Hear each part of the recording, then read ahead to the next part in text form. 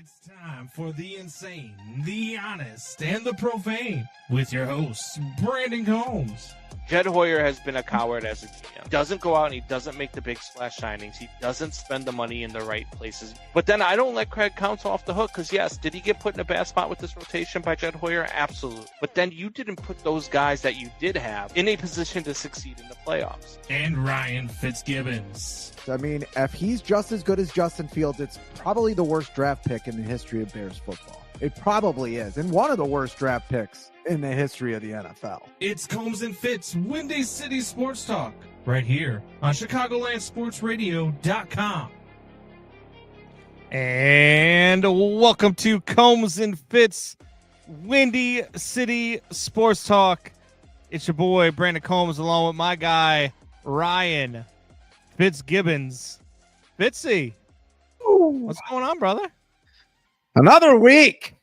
Here we go. It's time. It's been something. It's been something, and all of a sudden our Yes, our I intro's love it. playing again. So Live kind of broadcasting. Kind of live broadcasting. our Fake, producer's fired. we got fake news. We got fake sports. We got fake broadcasts. Here we go. Our producer's fired. It's the second time he's been fired in 1 week. Yes. Fire everybody. We're gonna Fire. let everybody go. There's a lot of buttons we got to press around here. AJ, good morning, fellas. Good morning, AJ. It's a great day to be alive.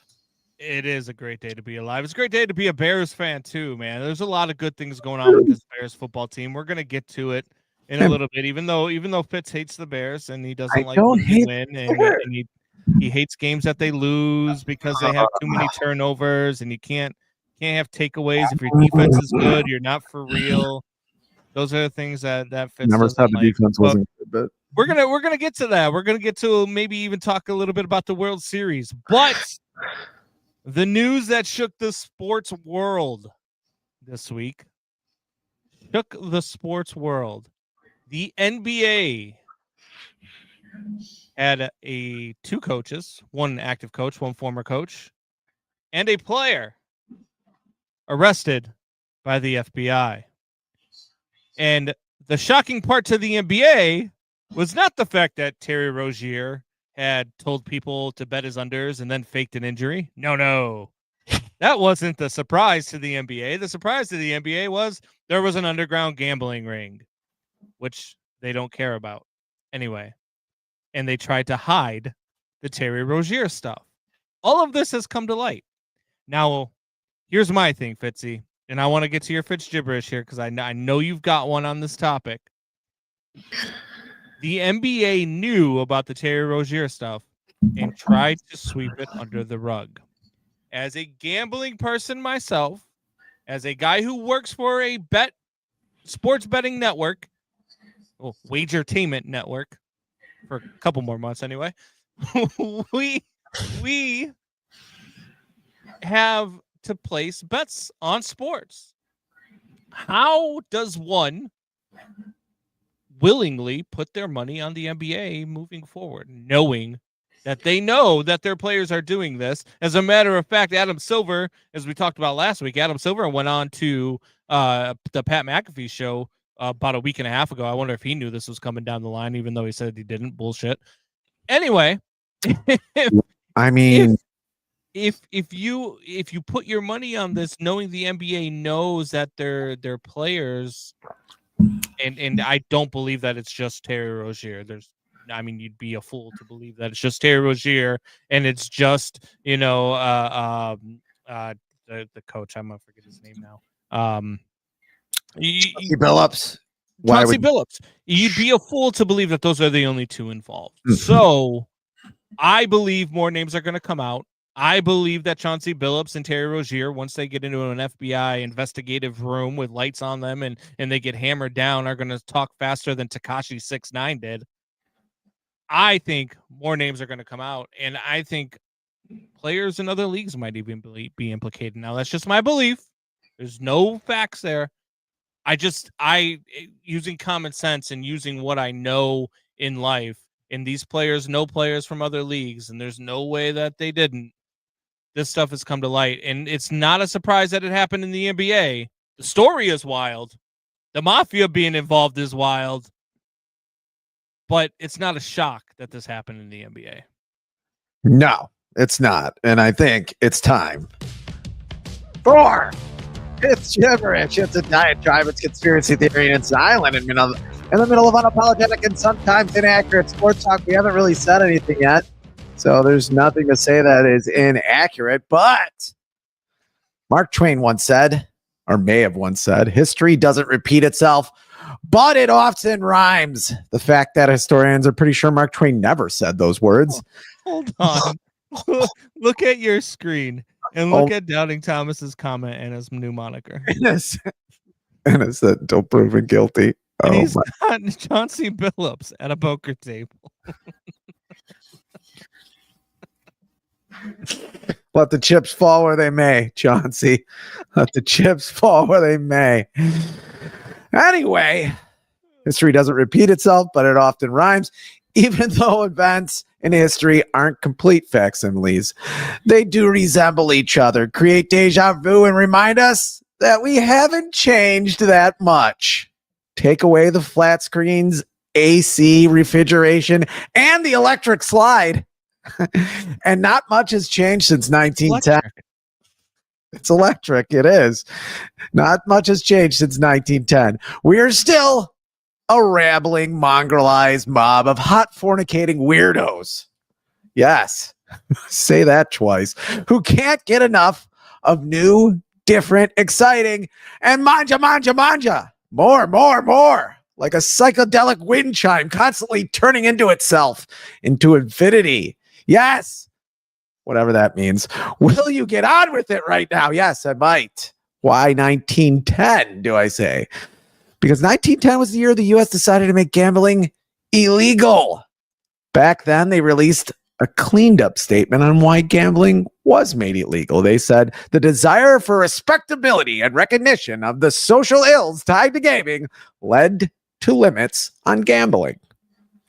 Transitioning, we the people tend towards being a rambling, mongrelized mob of hot fornicating weirdos. We have talked about it on the show before extensively. In the last few years, I've had gibberishes. Combs just talked about it. There is a reason why a professional team of the big four male sports was never allowed to play home games in Vegas until now. There is a reason why a sports book was not put in the palm of your hand when the iPhone first came out. And there is a reason why the 1919 White Sox were named the Black Sox. Chauncey Billups, who we just named, NBA Hall of Famer, and Terry Rozier, who has averaged 20 points a game before, both will be indicted and were arrested in connection with two separate but related FBI investigations into illegal gambling. Billups, the Portland Trailblazers head coach, is accused of helping to run a mob-backed, rigged high-stakes poker ring. Rozier, the Miami Heat guard, is accused of providing insider information on his own injury for a sports betting scheme. And through a lot of passes that are questionable. If you go look at the 45-second highlight reel of him, that's now on YouTube. If true, they will never be connected with the NBA again. We can also throw in Damon Jones, LeBron James' trainer, who we didn't mention yet. LeBron James' trainer for years is connected to releasing information about LeBron's James and Anthony Davis injuries. For the rest of the country, this was a shock. For the south side of Chicago, where the name Black Sox was born, this is a part of our DNA. Illegal gambling mixes with beef sandwiches, deep dish pizzas, and Guinness to become our lifeblood. And it mixes in with the odor of our cacas, or poop. Whoa. Speaking of cacas, I did say the mob with names, including Nelson, a.k.a. Spanish G, Amar Awadi, a.k.a. Flappy, Matthew Dandino, a.k.a. The Wrestler. I don't know why they didn't call him Daddy, but anyway, Eric Ernest, a.k.a. Spook, and Tommy Yes, Tommy the Juice Gelardo. That's just to name a few from all your friends here at WCST. Big swing, Mob. And yes, the pun is intended. That sounds like a cast of the Goodfellas. I thought the Costa Nostra was completely extinguished. This was coordinated, organized, and very lucrative. Good work. Yes, the talking heads are circling the drain on this one too. Here's Stephen A. Smith on what he thinks is the cause of these indictments. You know what world that I live in terms of politics? How many times, for one incident after another, have I said, Trump is coming? He's coming. I'm going to say it on national television again. Bad Bunny is performing at the Super Bowl, and all of a sudden you hearing ICE is going to be there, looking to engage in mass deportations. Yeah, all right. I'll see you guys there. Anyway, Stevens, you sound like a guy and a representative of a 4-letter station that is afraid their FanDuel money is going to dry up, because it probably is, folks. Look, I don't want to take away your gambling and make it illegal, but if you make gambling this accessible and widespread, you get fake sports. It happened 100 years ago, and it's happening again. We act like we're so different because we can go on our gadget and make a bet. Look at me, everybody. I have a 10-game parlay that I have a better chance of being struck by lightning in the middle of the desert than winning. With Emmanuel Clase and Luis Ortiz about to be banned from baseball, there's only 2 sports left, and I am not thinking about hockey. You guessed it. The sport that practically invented modern sports betting, the NFL. Something is coming for football next, and it's not Trump. It's destiny. Does that rhyme, Combs?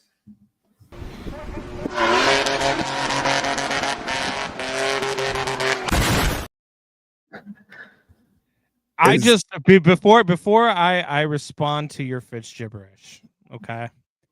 I want the mafia to know that the thoughts of Fitz gibberish are those of Ryan Fitzgibbons, and do not reflect anybody else associated with Windy City Sports Talk. We had some stuff going on while you were doing the Fitz gibberish. Michael, please. Jeremiah said they've always been doing this. They're getting caught because of legalized gambling. That's partly true. I agree with that sentiment. John asked that you put those pictures behind you closer together, if you could. Jeremiah said, "Thank you, Johnny. I knew I wasn't the only one thinking it." And then I looked at it and I'm like, wow. Those pictures behind him are awfully close together. Well, what am I supposed to do? I only have so much wall here. like what did I even, I can't even get to it. You're a rambling mongrelized mob of hot fornicating weirdos out there. That's you and Johnny and Jeremiah.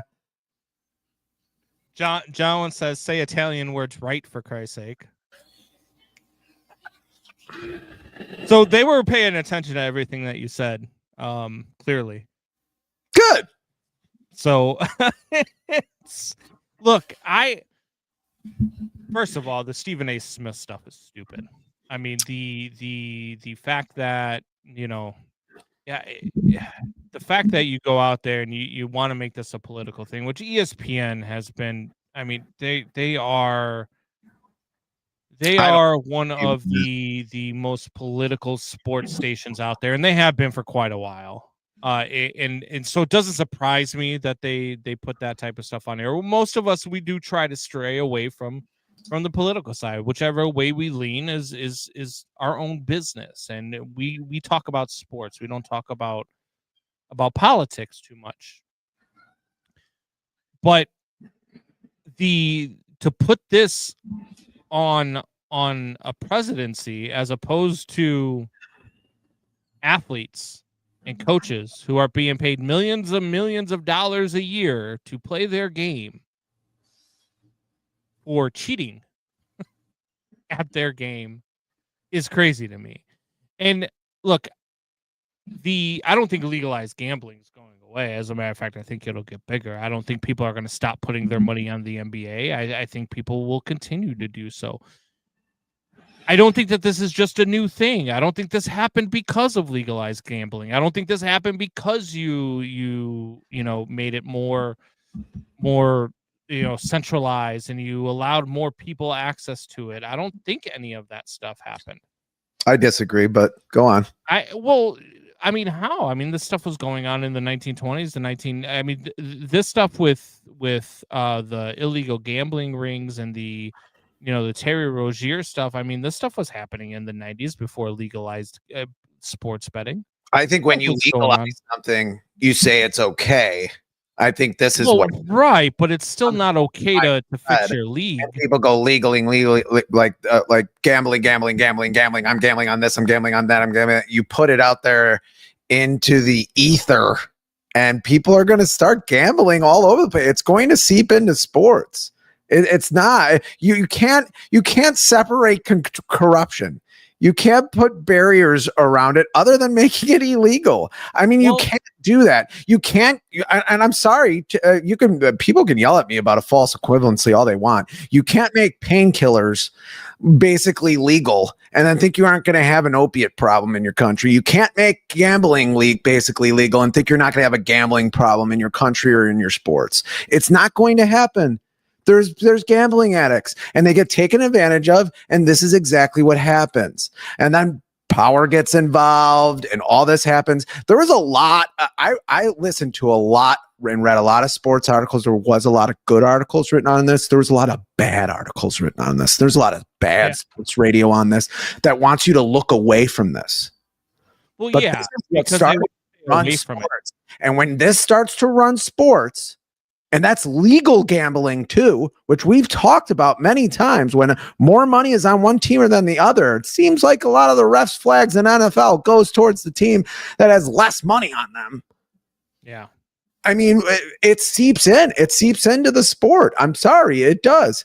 There's nothing else you could say about it. I mean, I don't know what else to say about it. It's going to make for fake sports. And then you're going to have fake sports. Well, you already a lot of people, I'm not saying you in general, but you already had a group of people that already believed that a lot of this stuff is rigged. You have people who believe the NFL is rigged, people who believe baseball is rigged, people who believe the NBA is rigged. And you know what? You can probably get to some players and you can probably get to some officials, which is why, in some sports it's going to be easier than others. It's easier to rig the NBA with players than it is Major League Baseball or the NFL. But you can still get to officials. I mean, do you believe that you have all of these major league umpires that just don't understand what the strike zone is? Do you believe that you have all of these NFL officials that don't know what the spread is or what the over under is or what the total is supposed to be? Or you know what I mean? So yeah, I do believe there is a lot of that to some extent. And I agree with you, but it's not going to change. America's I'm not need to make more money and the need for greed. I mean, people gamble on WWE. You could bet on the WWE, and that's a scripted sport. That's a lot. Yeah, that's ridiculous. That's a longer conversation that we can't have in one show, or a 5-minute Fitzgibberish, or however long it was. That we cannot have the conversation of how this gets fixed. Well, all I'm saying is the toothpaste is out of the tube, and this probably was a very and probably calculated mistake.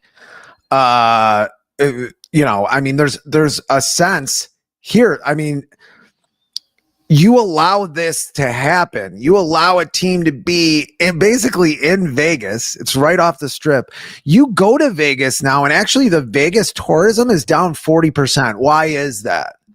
You went to Vegas. When I used to go to Vegas, one of the charms of Vegas was not only did I get to bet on poker and stuff like that, it was there was a sports book there. There was no sports books anywhere else. less and less people are going to Vegas. So there's a crazy shift happening in this country. And there's so many rules that even these athletes don't know about or when they can bet. I mean, it happened to the Detroit Lions a couple of years ago and their players not knowing that they could bet in certain areas or what they could do.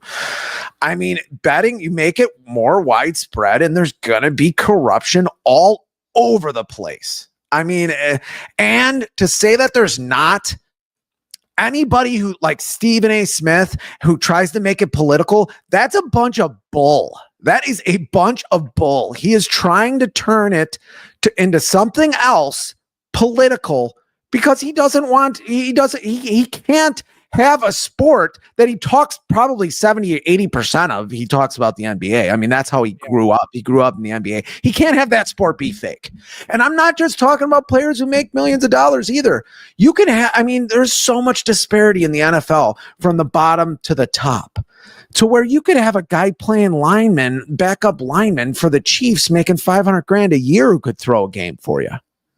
Well, it's not like this is the first time this has happened in the NBA either, which is why, like, when guys like Stephen A. try to make it political, it's like, well, I mean, this isn't the first time this has happened with that sport. And then to know that they knew about the Terry Rozier stuff when it happened and tried to sweep it under the rug, according to Brian Windhorst, is another thing, right? Like, you watch these guys and you watch these leagues, and I mean, that's why look.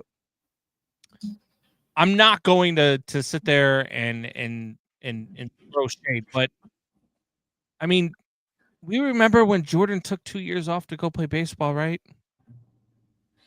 Yeah. We remember the circumstances. Pitchers that are so close together changed. Behind me, and I got the Bulls championship behind me. I took off the White Sox championship. And look, I don't know for certain, but there's a lot of things that line up with the Jordan thing, with the time that he took off to go play baseball, with the unfortunate death of his father and the way that all went down. Yeah, I mean, do you start to wonder? You have to wonder when you think about it and you look at the order of everything. How much play did the Mafia have in that? Yeah. And was that part of what happened? And it's always been a rumor. It's always been a thing. And we'll never know because that's part of it. But that's also part of the allure to sports. Look, I'm not going to not be a fan of the league just because of something like this, because it was something that I already assumed was going on. Yeah, but man, there's a difference between assuming something's happening and actually finding out that something is actually happening. There's a difference between saying, yeah, maybe there's some corruption there. It seems like something's going on there, and then finding out about it.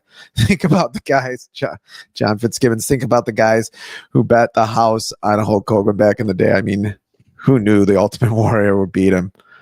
Well, that's the crazy thing. Like right now, you can on offshore betting places, you can actually go and bet who John Cena's final opponent is going to be. You can go and bet who's going to win John Cena's final match. You can go and bet the results to WWE pay-per-views. And you know that this stuff is scripted, but you can still bet it. Yeah, I'm not really talking about like people's motivations on why they bet or what they do. I'm basically saying that this thing was coming eventually. And I don't think it would have happened 10, 15 years ago. Do I think there was stuff happening? Yes, but I don't think there was things happening like this. I don't think a guy's going to fake an injury because there's parlay bets or betting is so huge now that you have a bet on Terry Rozier, whether he's going to be injured or not, or how many minutes he's going to play. You can bet on which NBA player will be arrested next. You can gamble on the illegal gambling ring. I mean, you even have a guy in baseball who's the best player in the league, at least now. We could talk about his greatness all time, who was obviously betting. I mean, do you really think he was just letting his trainer take millions of dollars from him and betting on a bunch of different sports? I mean, I'm telling you, you can't do this. You can't He make went the Ray gambling. Lewis route and had a friend take a fall for him. There is a reason why sports was separated from gambling or tried to be for so long. There was a reason for it.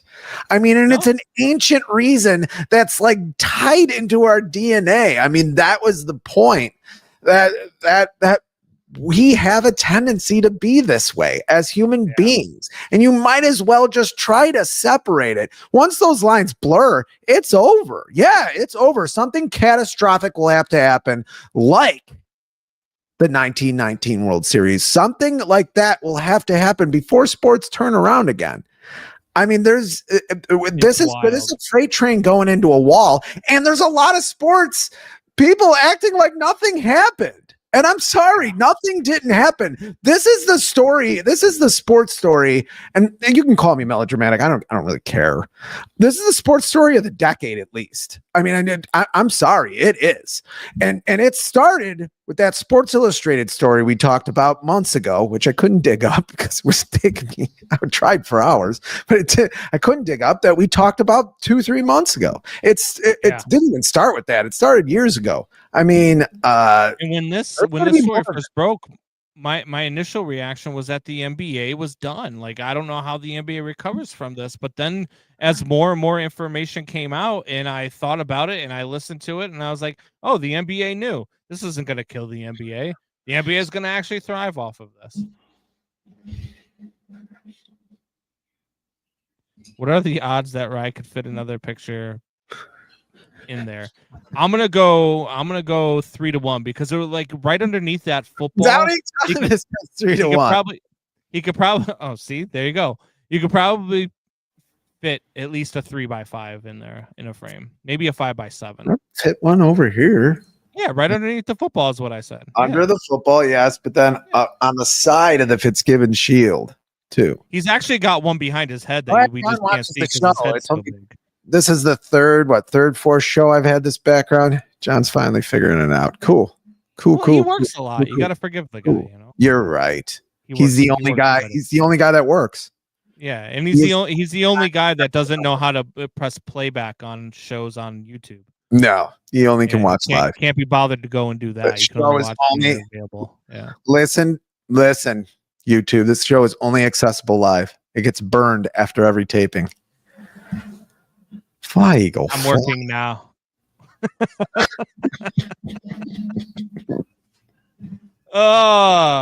Getting paid by the city to watch Combs and Fitz Windy City Sports Talk. I love it. All right. I think we that subject matter out. Yeah, let's move past the NBA. Let's talk about the World Series real quick before we get into football. The first two games, incredible. The first game did not see coming from the Blue Jays. I thought they might be able to steal one. I didn't think that it would be the first one. And the way they won was the offense just exploded. And the one thing that I believed and the one thing that I said was the way to get to this Dodgers team is to get into that bullpen. Because if you can get past the starters and you can get into that bullpen that it hasn't been very good all year, even in the playoffs, the bullpen itself beyond, and I'm not talking about when they put Yamamoto in as closer, or when they work out one of their starters as a middle reliever, but their actual bullpen pitchers have not been very good, and the bullpen gave up a ton of runs in game one. The Dodgers did not go that route in game two, and they found a way to win that game 5-1. So, you surprised that we're 1-1 heading to LA? I'm actually not shocked. I mean, I had the Blue Jays making the World Series after we got into the playoffs, and the Boston Red Sox were gone in the first, I guess you can call that the first round. So yeah, I mean, the Blue Jays are one of the better contact hitting teams in the last 5 years. You might have another one of these where the Blue Jays just go off. I mean, they are a really good contact hitting team. They got that young pitcher, Trey. I can't think of his last name, but anyway, who's been ridiculous. I mean, he had 10, 11 strikeouts against the Yankees, who have pretty good lineup. They strike out a lot, but yeah. Savage or whatever his name, whatever. Savage. Yes, Savage. Yeah. great young pitcher. So, I mean, you have that. That sometimes is enough to keep you in a 7-game series and, maybe even strike, maybe being the underdog, which they are the underdog. The Dodgers, really almost like an NBA team, really turned it on in the playoffs here. It's like they knew they were going to make the playoffs all year. So it was like, all right, we can have a terrible second half and still just have what's been a great playoffs. I think the Toronto Blue Jays have a chance of winning this series. I really do. For those reasons, a contact hitting team is a tough team to beat. It really is. And it's very unpredictable. When you have a strikeout hitting team, you need those home runs. You don't get those, you're in trouble. I don't think the Blue Jays are going to have the same trouble as, even though Milwaukee, pretty good contact hitting team is, themselves. I don't think they're gonna have the same trouble Milwaukee had with the Dodgers. So we'll see. I still think the Dodgers are gonna win this one, but 6 or 7. I mean, I think the Blue Jays win another game at least. I would love to see it. I mean, I would love to see a 7-game series. I would love to see, a team like the Blue Jays win, not because I want, baseball's America's pastime and I don't want the champion to be from Canada, but I mean, it's fine. And I sit there and I listen to a lot of people talk about, oh, the Dodgers are ruining baseball. How can anybody? I've always hated that. I've hated it from, when they were paying players. Your team had a chance to pay those players too. And I wish the Cubs were the Dodgers. So I'm not going to just root against the Dodgers just because they spend a lot of money. I just want to see a good series. I always like more baseball, so 7 games would be perfect for me. Yeah, it would be great. Let's move over to the NFL. Some sad news actually just broke while we were on air. Nick Mangold, the former offensive lineman for the Jets, has died at the age of 41 after a short battle with a rare liver disease. They were just talking about ESPN. Obviously, his former coach, Rex Ryan, is on the ESPN pregame show.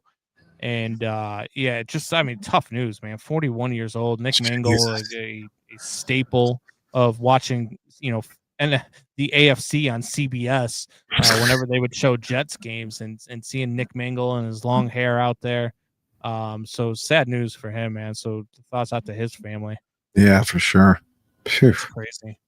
But yeah, it's you watch some of these athletes and you see a lot of them. I mean, they just had another one who died in police custody. Who's 36 years old the other day. So it's crazy watching these guys, die so young after leaving the NFL. So tough stuff. Never an easy way to segue from that, but we do have the NFL. We do have Week 8 this week, and it's not a great slate of games. A lot of tough calls. For when we go through our ATS and the scores. But let's talk about the Bears right now, man, because we will do a Bears post game show today as well after the game today. We will do Bears post game, and so we'll have all of our thoughts on what happens today. But we did Bears post game last week as well, and Ryan hates the fact that the Bears won. And Ryan hates the fact that the Bears have a good defense and is able to create turnovers because he doesn't think they can do it every week. I want to have your damn narrative. I'm just saying. At some point, kidney disease, probably from all the painkillers he took. I hate to bring back up that. It's tough.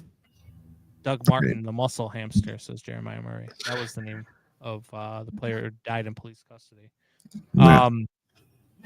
But the Bears, you look at this team, and they're going into today. They thought they were going to be playing against a healthy Lamar Jackson in the return of Lamar Jackson off the hamstring injury. Turns out that is not the case. And they will be playing against Snoop Huntley and the Baltimore Ravens. Now, the Bears themselves have their own issues with injuries, right? Tyreek Stevenson will not play today. They just placed Kyler Gordon back on injured reserve, so he's out for at least the next 4 weeks. You just lost Braxton Jones to injured reserve, which not that big of a loss because Theo Benedette is your left tackle anyway. And you watch this team, and even though last week they struggled to score, and you had a struggling offense, and your offensive line played terrible. Caleb did not have a great game, which he recognized and he talked about, which I love that from that kid. He said he didn't have a good game. Yeah. So you look at all of that, and they still won, and they still put up 25 points. And you're like, okay, if you had a bad day and you're able to do that, once this team gets rolling and this team has good days consistently, it's going to be a tough team to deal with. And I think that's what this team is. I still think 8 to 9 wins. If they win today, they're going to be 5-2. I like the Bears today. I like this team today. I mean, if Caleb can't outduel Snoop Huntley, regardless of the injuries on defense, we're going to have a different conversation, right? There's going to be a lot of people that are already halfway off of the Caleb Williams train, Ryan Fitzgibbons, that are going to be a little bit more off of the Caleb Williams. I am not off the Caleb Williams train. Don't listen to the man. Don't look at the bright lights and the colorful images that he has going across the screen. That is not true. I am not. And pictures that are well separated. I'm not gone on Ben Johnson either. I mean, it's 7 games in. I don't think the story is written on him yet, but an offensive coordinator who is an offensive coordinator that comes in to be your head coach and who the defense is carrying you through some wins. I've heard this story before. Just saying. I've heard it before. I've heard this story before. Matt Nagy, who has loud post-game, celebratory locker room speeches. It's happened before. I'm not saying Ben Johnson. The Titans, Matt Nagy? Yeah. Oh, my God. Can Tennessee get that? Can Tennessee make that? I guess they could. I think they're the worst team in the league, so maybe they could. Let's look at the facts as they're laid out. You have 4 turnovers. You win by at least 3 turnovers in all these games. You beat a really bad Raiders team by 1 point and a blocked field goal at the end, by the way. Although I think the Bears probably go downfield and win that game. But anyway, and then, you win by 1 point the next. And then you beat a Saints team who you definitely have the turnover. You kick 4 field goals against this team. I mean, where you could have put the game away. You really could. You were at 2014 for a good while in that third quarter. All I'm saying is it doesn't look great. Yeah, they won 4 games in a row. And yeah, I want the Bears to do well. I want them to win, but I need more indications here that things are going to go better. And a hurt secondary doesn't, instill a lot of confidence. Fitz will say they only won today because Lamar Jackson is out. I will say that. Guess who else will say that? Jerk off. Vegas will say that as well, because the lines the spread went from -6.5 to -2.5 when that came out. When the news came out, it was at -6.5. So that's 4 points, which is a world away in betting, as we all know. Back to the gambling. Bears are still plus money, and you can even get the +2.5 at +100 right now. Yeah, I mean, plus money, plus points is crazy. Yeah, it is. You're right. But I mean, they're going into Baltimore today. I think it's going to be a problem there. I actually still think the Bears do win this game. I think there's other games that are a little bit more trappy coming up for sure, and a tougher schedule down the line. I don't know. I really, it's hard for me to make an assessment of the team right now. They're going to have to be carried eventually by this offense. And it doesn't look like this offense can carry them. And if anybody comes on here and wants to comment that it looks like they do, then they're obviously lying. And they got rose-colored glasses on. I'm sorry. I like this team even with Lamar playing. I like the Bears against Baltimore, even with Lamar playing, because Lamar has a propensity to turn the ball over. He Bears has also make problems big fumbling the ball. He a lot. throws you can make Lamar turn the ball over. And Lamar coming off of a hamstring injury, you have to think that the use of his legs would have been limited. So I like them even with Lamar at quarterback. I like them more with Snoop Huntley at quarterback. But I think the Bears win this game outright. I really do. I think this team is still good enough. I do like the fact that you're getting some of these other players that are coming back that are healthy. You're doing a lot of things that the Bears. I think that the Bears they don't make the same mistakes on offense multiple times, other than calling screen passes in the same formation all the time. I still don't understand. But or what about the speed option on the 1 yard line where your entire offensive line is on the ground? How's that? Is that a good play or? Isn't that from last year? It is, but still, it's Bears. It's Bears. Bears are gonna bear. But it's a different coach team. I think this Bears offense shows up today. I think they put up 30+ points. And I sure hope this Ravens defense is terrible. They are not very good. They allow and I think they're going to do a lot with the run game today. I think Monunga is going to be a huge part of today's game. I think Swift. The Ravens do not. I believe they're allowing the most rush yards per game. I believe they've allowed the most rushing touchdowns. And the Bears running game has been really good over the last couple of weeks. No, I mean, that's the brightest spot. And that's what we thought we were going to get when Ben Johnson came over here. And it's been completely turned around. Yeah. I mean, that has been a bright spot. You start putting that on tape, the passing game better come around. But you can't have a quarterback throwing for 58% completion rating. I know he's not at 58% completions, but he was, he's at like 61% for the year. But the last couple of weeks, he's at 58, 57%. You can't have a quarterback doing that. He needs to be more accurate. Yeah, and he recognizes offense, or it's this, or it's that. There's open throws he's missing. I mean, there is. And I think that he notices that. And I think that he understands that part of it as well, because he's one of those guys that right now you're looking at and you're like, man, he needs to be better. But even he has said that he needs to be better. Even he has said, hey, this has to change. I have to be better. And I think that that's what they focus on. I think that he tries. And I'm not saying that he's a bust, and I'm not saying that he's everything that you thought you were going to get out of a quarterback yet. But I think that he's still a quarterback that's still developing in a season where we talked about this before. You have to treat this like it's his rookie season. You just do. And I know that they drafted him number 1 overall, and I know that we also know that they did it the wrong way from the very beginning. This whole process was broken. And Caleb is in his rookie year, and he's learning another new offense with his third coordinator in his second season. So, yes, it's going to take some time, but I think that you've seen signs of improvement. I think you've seen signs of what this can be. And, yes, he's still going to have those games where it's like, man, that looked really bad. He's still going to make those decisions where you're like, just throw the ball, Caleb.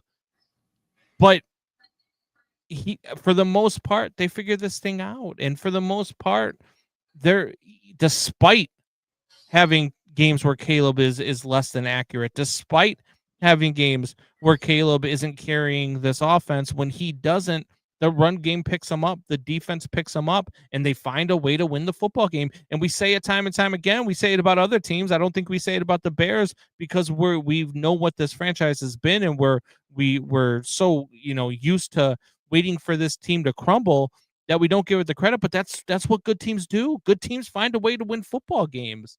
And it doesn't matter whether you win by 1 or whether you win by 30. A win in the National Football League is a win. I think more so with him, if I had to give him an accolade, I think in the fourth quarter and in most of the game, I feel safe with him with the ball in his hands. Yeah. I don't think he puts the ball under harm a lot. Now, there can be criticism that he's checking down a lot. He's not just reading and reacting as much. And I think that's a development thing. But I think when he has the ball in his hands, it just doesn't seem like he's going to have that fumble or that, watch it happen this game, or that interception that's going to really cost them in the fourth quarter. I mean, that's why I think that Raiders game was one of the best games I've seen him play, because he was rattled in that game, and it was obvious he was rattled. And even you got Max Crosby, who might be one of the best defensive ends in the league, or at least in the conversation. God, I mean, that would be great. The guy's a monster. Even he had accolades for Caleb Williams. That's why I thought that was a really good game for him. I never felt when he came downfield to give the Bears the lead there, like he was going to mess up. I just didn't feel that way. It didn't seem that way. I know he's had a couple of kind of bad picks this year, but really most of the time, I don't think he's going to make those mistakes. I don't think he's going to have those plays when it comes down to it. And that's something almost, I just don't think you can teach. I mean, I think some guys they're just going to throw a lot of interceptions, have a lot of fumbles, and it's very hard to clean all that up. And I think he's been really good in that respect. Yeah, we talked about whether or not he would be the first 4,000-yard passer in Bears history. I still think he will be. I don't know if it'll be this year, though. I mean, only 1,300 yards through the first 7 games or first 6 games. You're going to need a couple of 300, 350, 400-yard passing games in there in order to get to that 4,000 mark. A lot anymore. Not to no, it doesn't, because they you don't see. I mean, even when you look at the passing games nowadays, look at guys like Patrick Mahomes, who a lot of people think is the best quarterback in football right now. You look at him, and he doesn't pass for 400 yards anymore. You look at Josh Allen, who's considered by many to be the second best quarterback in the National Football League right now. He doesn't have a whole lot of 350, 400-yard passing games. So I don't know if that's going to happen that way. He's averaging about 225 per game. Does have 9 touchdowns and 3 interceptions. And then I believe he's got, I want to say how many more on the ground. I think he's got 2 more touchdowns on the ground. So 11 total touchdowns and 3 interceptions. I think that this Bears team is on its way. I think this Bears team is doing good things. I'm definitely with them today. You want to get into our ATS picks? Let's do it. Let's do it. Do we have music? Are you leading the charge? Yes, I will lead the charge. We have 6 teams on a bye this week. 6 teams on a bye. God, I should check my fantasy team. No, I don't think I was all good on it. But yeah, it's crazy. The Lions, Raiders, Rams, Cardinals, Seahawks, and Jaguars all on a bye. Jeesh. Yeah. I don't want to see the Jaguars play anyway. But anyway, let's go. It's week 8 in the NFL. The New York Jets go. And can they win their first game of the season against the Cincinnati Bengals in Cincinnati? The spread is -5.5. I'm going to give you go first, Combs. Who do you got?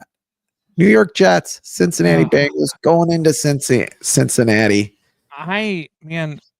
This is such a gross game with a gross spread. This is one of those games where I don't trust the Jets to not lose by at least a touchdown, but I don't trust the Bengals to win by at least a touchdown. This one is tough. Yeah, Jets on the road. I mean, I'm gonna run. I think the Bengals win this one. I'll give up the points in this one, even though I'm not confident about it. I think there is a world where I can see the Jets covering, but we talk about the Jets, and Justin Fields has 845 yards passing this season. I mean, come on, this Jets team is bad. So I'll take the Bengals -5.5. I mean, the Bengals did beat the Steelers. They sort of have a kind of a bye week right now. Did they play? They played the Steelers on a Thursday night game. I'm going to take the Bengals here, even with the -5.5. I'm done with the Jets after last week. I had them winning their first game. I'm done. Forget about it. I'm also done with Justin Fields. All right, Doubting Thomas, take your victory dance, you jerk off. Anyway, let's move on to the next game. You want to do the Bears now? I have the next game slotted as the Chicago Bears. No, we'll save that for last. We'll save that for last. All right. Well, okay. We got the Miami Dolphins, your other favorite team, going into Atlanta, hot Atlanta, at -6.5 in this game. That is your spread against the Miami Dolphins. Is this Mike McDaniel's last game? I mean, Mike McDaniel's last game should have been 3 games ago, but I don't know if this is his last game. But I also give me the Falcons. Because this is the Dolphins are a crap show, to say the least. They are terrible, and it's not going to get any better. Do I think it's all on Mike McDaniels? No, I think it's on the fact that Tua's not a real NFL quarterback. I think it's on the fact that they had a wide receiver that was tearing up the locker room. I think the culture is bad. I think that everything that they got, they need a complete overhaul in Miami. So there's no chance that I take them. All right, just cycling through these comments. Don't make me unsubscribe from Doubting Thomas. John says Jets. And then Doubting Thomas says, don't they drug test you on the job, John? And then John says, shut up, geek. So there's more fights going on in the comment section. Doubting Thomas won't unsubscribe because Doubting Thomas needs us. Speaking of doubts, your Carolina Panthers are hosting the Buffalo Bills this week. I will take they're +7.5. A team that hasn't lost at home all season long. They're -0 at home. I'm going to do something crazy and jump on your little bandwagon, I guess, and take the Carolina Panthers in this game +7.5 at home. Come on. Yeah. Look, I was on the Panthers, and then Bryce Young got hurt, and it's Andy Dalton as their quarterback today. I know this. I can't take the Panthers, especially in a game where the Bills are coming off of a bye week, where they've had a rough go at it. I just think that this Bills team wants to make a statement, and I think they can do it today against Carolina. I think Josh Allen has a big day. I think James Cook has a big day. I think this team is good. I think the Panthers are getting there. And I thought maybe they were further along than what they are, but without Bryce Young, man, I don't know what this team is. I don't think Bryce Young is that good. That's my difference between me and you. That's the difference between me and you. Anyway, moving on, the San Francisco 49ers going into Houston. Houston is a surprising 2-4. No one really surprised that the San Francisco 49ers are 5-2. Houston is -2.5 at home. The wrong team's favorite here. I mean, the Niners are 5-2. The Texans are 2-4, and they're the favorite. Tell me how that works. Yeah, I mean they're at home, but doesn't mean give me the lot. Niners. Give me Christian McCaffrey and the boys. Christian McCaffrey to have another big day against this Texans defense. I like the Niners today. Can I have it? One over here, say hi. Hello. Hi. Let me get you in a few minutes, okay? Okay. You should let him make it your picks. They're probably He better. should probably make the picks, but I actually agree with you here. I got the Niners all day. The New York Giants and the Philadelphia Eagles revenge game go into Philadelphia. After beating Philadelphia just a couple weeks ago, Philadelphia Eagles -7.5 at home. Is this the Eagles revenge game? Baseball on the brain. Revenge game here. Combs, what say ye? Maybe they should get some of the Phillies. They might score more points. I like the Giants +7.5 in this game. I know how they lost against Denver last week. I know that they gave up 33 points in the fourth quarter after Denver hadn't scored in the first 3 quarters, and they lose that game 33-32. But they still put up 32 points in Denver against a really good defense. This Eagles team has not been playing very well, with the exception of last week. The offense finally figured something out. I don't think it's not consistent enough for me to figure that they can win this game by more than a touchdown. I think the Eagles win, but I think the Giants cover. Yeah, Eagles have been in a lot of close games today. Hate to agree with you again, or this year. I don't think they win by more than a touchdown against the Giants, who have a pretty decent defense. So I agree with you there. Giants will at least cover the spread, but probably don't win. Cleveland going into your son's New England Patriots. The New England Patriots are -7.5 against the Browns, and the Browns, good defense, -7.5. I'm going to take the New England Patriots again this week. What say ye, Mr. Combs? Yeah, it seems like we have a lot of synergy because I'm taking the Patriots in this game too. Look, I think Quinshon Judkins can still have a good game. I think Quinshon Judkins can still rush for 100 yards, but he has to get in the end zone another 3 times in order for this game to even be close. I think that the Patriots can score. I think Drake May has shown that he's the real deal. Stephon Diggs has been turning it on. They've got a 2-headed monster at running back with Travion Henderson and Ramondre Stevenson. So I like the Patriots in this game as well, -7.5. Yeah. Tampa Bay Buccaneers going into the New Orleans Saints. Tampa Bay dropped a game against Detroit last year. I had them last week. But going into New Orleans here, we watched New Orleans last week. I got the Tampa Bay Buccaneers. I'll take 2 picks in a row from you here. I like Baker Mayfield. I think this might be a mini revenge game for the Buccaneers. What say ye, Mr. Combs? I am also on the Tampa Bay Buccaneers. It's one of those weeks where we're going to agree a lot because some of these games are just terrible. Yeah. But I like the Buccaneers too. Baker Mayfield has been a dog all year. I think should be the leading candidate for MVP this season. The way that he has performed, especially in the fourth quarter of games, I think they win this game by a touchdown, if not 10. Yeah, exactly. And they're not going far. I mean, New Orleans, come on. A lot of injuries on the wide receiver core for Tampa, but I think they'll be fine. I want to say this next game is the biggest spread of the year, but refresh my memory. -14.5 Tennessee Titans. I think the worst team in the league going in to play the Indianapolis Colts, who are the best team in the AFC. Yeah. I'll let you go first. The Bills, I believe, were a 16-point favorite when they went up against the Saints. Correct. Did not cover, by the way. Almost lost that game. Yeah, in a divisional game too. Look, I think the Colts win.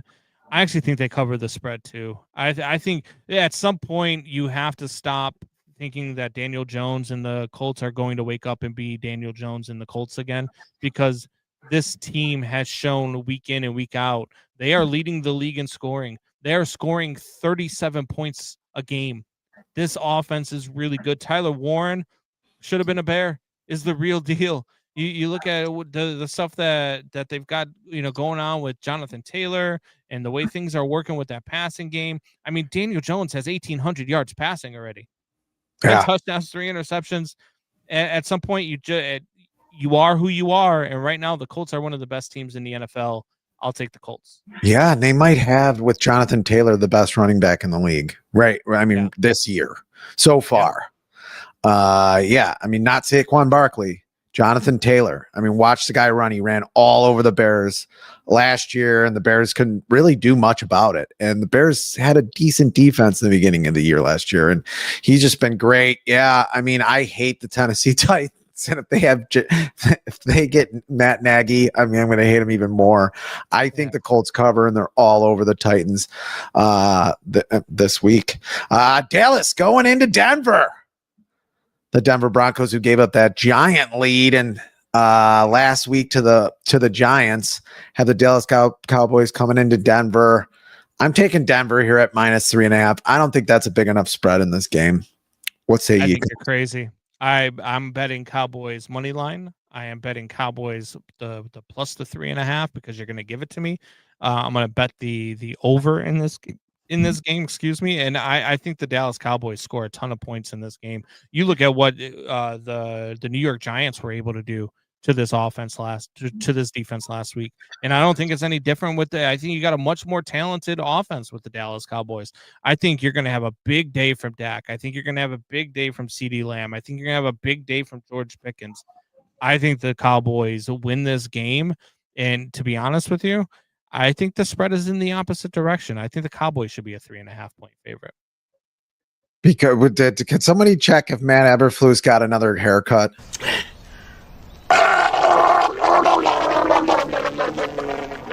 Because I know you love. What did Bo Nix do for 3 quarters last week? I know what you were a Bo Nix guy last year. I don't know what happened.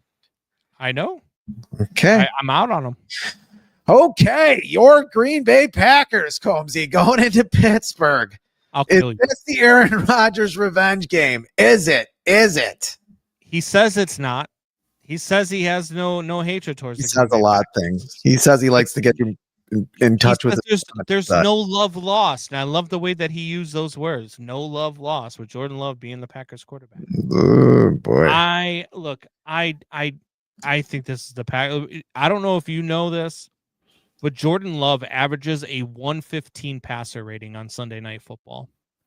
Jordan Love has had 4 straight games with passer ratings over 120 on Sunday Night Football. Yeah, I got to Jordan see Love who he balls played. out on Sunday Night Football. I'm taking the Green Bay Packers. I'll give up the points. I got to see who he played. I think 6 years in the league and you're still the same quarterback you were when you first started. I mean, I'm sorry. I'm not as in on the Green Bay Packers as you are. I think Pittsburgh plays an interesting, confusing defense. I think he throws a pick or two in this game, and I think Pittsburgh wins outright. I hope you're right. I hope you're right. I'm rooting against him, but I'm not picking against him. Okay. Going to Monday night. You only have one Monday night game this week. Probably all the byes have something to do with that. The Washington Commanders, the falling Washington Commanders after they played the Chicago Bears, going to Kansas City. Kansas City is minus 11.5 here. Chiefs by 50. I don't even need your pick. Chiefs by 50. Give me the Chiefs. I don't agree. care what the spread is. Yeah, I agree. I agree with you. I think the Chiefs win this. Daniels is out. 5-3. Yeah. Marcus Mariota is going to compete. Get the hell out of here. Yeah, I mean, Marcus Mariota did, I think, have a good game last time he was in, and it's something I kept saying when they played the Commanders a couple weeks ago, and people said when he came out, when Jaden Daniels came out, look at how slight he looks, and look at the hits he takes and doesn't get away from. Yeah. Especially when you had a quarterback on the other side, where I think Caleb Williams has a good way of getting away from hits, even though he was sacked more than I think any rookie ever. But I really think, I think there's going to be more and more injuries for Jaden Daniels. I don't think this guy has a 15, 20-year career in the NFL. I think that's a bigger problem for the Commanders to face, but I don't think the Commanders are a very good team. I did not really totally see that coming. You had that from the start of the season. I did not. So I'll give you props on that, which is like puking like Danny DeVito. Bears are about to kick off. I'm taking the Bears plus the 2.5. I think they win. Oh, yeah, Bears. I forgot about Bears. I'm taking the Bears, too. So how about that? Why don't you get over yourself over there, Chris Collins? All right, we're going to take off. We're going to go watch football. We're going to let you guys go watch football. We will be back after the Bears game to do Bears post game. So join us for that as well. Come give us your thoughts on the game. Give us your thoughts on the Bears to this point in the season. And we will see you guys after that, as there's a flag already thrown on the opening kickoff. What? I mean, what new? I mean, just shocking stuff here. Shocking developments. But all right, we will see you guys till next time. Same bat time, same bat channel.